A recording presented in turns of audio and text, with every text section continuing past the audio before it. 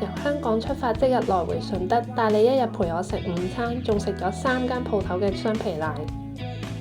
第一站我哋去食乾蒸排骨，排骨送到你面前嘅時候，要第一時間撬起啲排骨，帶肥肉嘅部分會變成脆邊。乾蒸之後嘅排骨依然保持嫩滑，而且完全唔需要額外嘅調味料。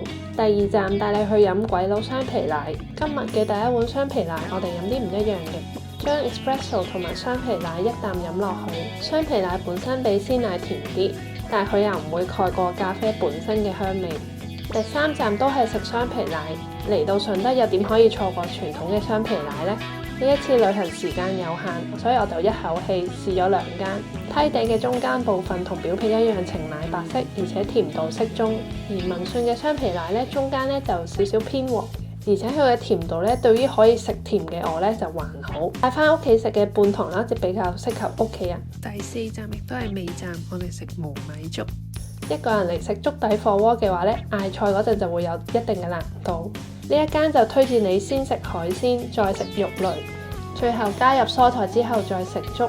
佢嘅油炸鬼配粥真係好正。如果想要文字版攻略，記住留言順德，我就會 PM 俾你啦。